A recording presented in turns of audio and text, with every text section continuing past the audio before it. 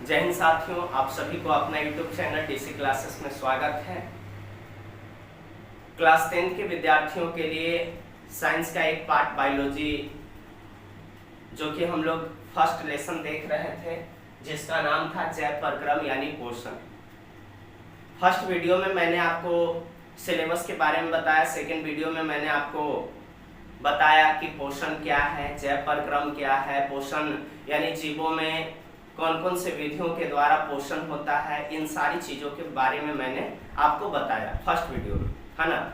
उसके बाद आज के क्लास में हम लोग पढ़ेंगे। सबसे पहले पिछले वीडियो में जो हमने लोगों ने देखा कि पोषण, जीवों में पोषण दो विधियों के द्वारा होता है, स्वपोषण और परपोषण, है ना। स्वपोषण क्या है, परपोषण क्या है, ये सारी चीजों को हम लोगों ने देखा प्रीवियस वीडियो में।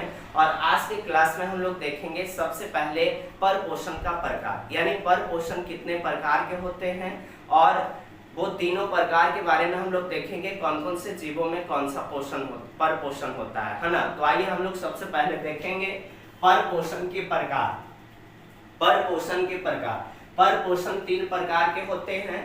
पहला मृत जीवी पोषण, दूसरा परजीवी पोषण और तीसरा प्राणी संपोषण।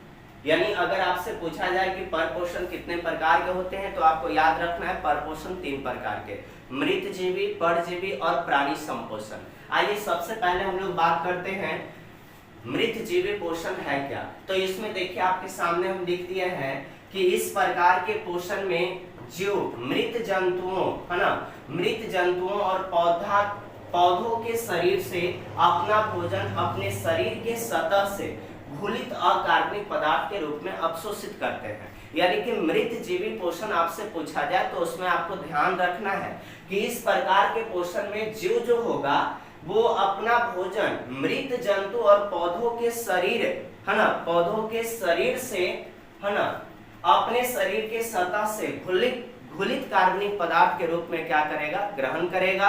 उसे हम लोग मृत जीवी पोषण कहते हैं। जैसे देखिए यहाँ पे लिखा हुआ है गोबर, छत्ता और कवक। इसके अलावा और भी जीव हैं, लेकिन गोबर, छत्ता और कवक आपको याद रखना है। कुछ मृत जीवी पोषण से संबंधित कुछ पॉइंट हमने लिख डाला है, आप सबके लिए ध्यान देना है। देखिए सबसे पहला पॉइंट है मृत जीवी को अपघटक कहते हैं, ये आपको याद रखना है। मृत जीवी को अपघटक कहते हैं। दूसरा पॉइंट हम लोगों ने लिख दिया है यहाँ पे कि मृत जीवी पोषण करने वाले जीव, मृत जीवी पोषण करने वाले जीव प्रजीवी कहलाते हैं। यानी कि जितने भी जीव हैं वो मृत जीवी पोषण करते हैं, वो सब के सब मृत जीवी जीव कहलाएगा, है ना। आगे देखिए अनेक कवक, बैक्टीरिया तथा कुछ प्रोटोजोआ में पोषण जो है मृत जीवी, है ना, मृत जीवी पोषण के द्वारा ही संपन्न होता है। उसके बाद देखिए दूसरा, यानी कि हम लोग बात करेंगे तो परपोषण के दूसरा प्रकार है जिसको हम लोग परजीवी पोषण कहते हैं।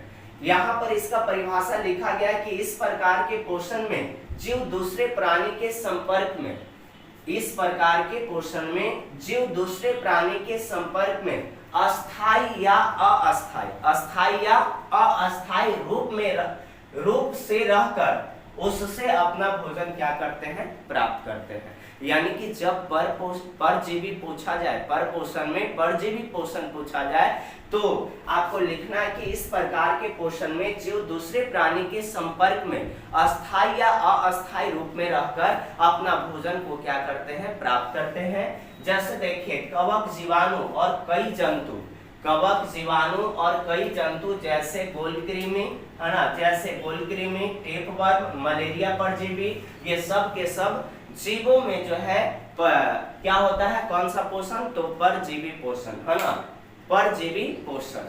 आइए आगे देखते हैं, कुछ पॉइंट आप लोगों के लिए लिखा हुआ है यहाँ पे।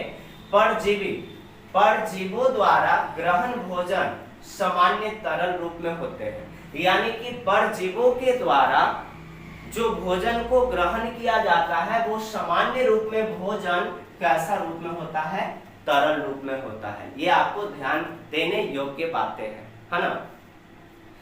तीसरा हम लोग प्रकार की बात करेंगे, दो को हम लोगों ने देख लिया, है ना, मृत जीवी और परजीवी। तीसरा जो परपोषण का प्रकार है वो है प्राणी संपोषण। प्राणी संपोषण देखिए इसका परिभाषा हमने यहाँ पे लिख दिया कि वैसा पोषण जिसमें प्राणी अपना भोजन, है ना, वैसा पोषण जिसमें प्राणी अपना भोजन ठोस या तरल रूप में जंतुओं के ग्रहण करने की विधि द्वारा प्राप्त करते हैं। जंतुओं के ग्रहण करने की विधि द्वारा करते हैं तो उसे हम लोग प्राणी संपोषण कहते हैं या प्राणी संपोषण वह कहलाता है ना।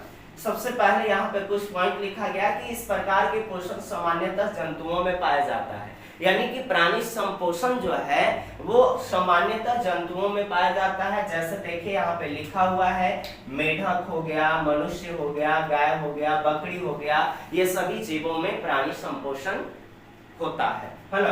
कुछ पॉइंट के हम लोग बात करेंगे तो यहाँ पे लिखा हुआ है कि प्राणी संपोषण करने वाले जीव प्राणी समभोजी कहलाते हैं, है ना। यानी कि जितने भी जीव प्राणी संपोषण करते हैं वो सब के सब प्राणी समभोजी कहलाते हैं। अगला पॉइंट की बात करेंगे तो अमीबा और पैरामीशियम में प्राणी संपोषण ही पाया जाता है। अगर एग्जाम में आपसे पूछा जाएगा कि अमीबा और पैरामीशियम में परपोषण का कौन सा विधि पाया जाता है तो उसमें आपको लिखना होगा क्या, प्राणी संपोषण। एक पॉइंट और हमने लिख दिया है जो आप सबके लिए इंपॉर्टेंट है ना। कोशिकाएं सभी जीवों की रचनात्मक एवं क्रियात्मक इकाई होती है। कोशिका जो होता है वो सभी जीवों के रचनात्मक एवं क्रियात्मक इकाई होता है, यानी कि कोशिका से टिश्यू यानी ऊतक का निर्माण होता है, ऊतक से अंग बनता है और अंग से अंग तंत्र बनते हैं, तब जाके एक संपूर्ण शरीर का क्या होता है, निर्माण होता है। तो आज का क्लास यहीं तक, आप चाहे तो इसको स्क्रीनशॉट कर सकते हैं। ये रहा आपके लिए पार्ट 2 यानी दूसरा क्लास है, और तीसरे क्लास में हम लोग मिलेंगे अगले टॉपिक के साथ जिसका नाम होगा प्रकाश संश्लेषण, है ना। प्रकाश संश्लेषण से संबंधित हम लोग क्या करेंगे, बातें करेंगे। तो अगले वीडियो में, तब तक के लिए आप सब यहाँ तक इसको कंप्लीट करके रखिए।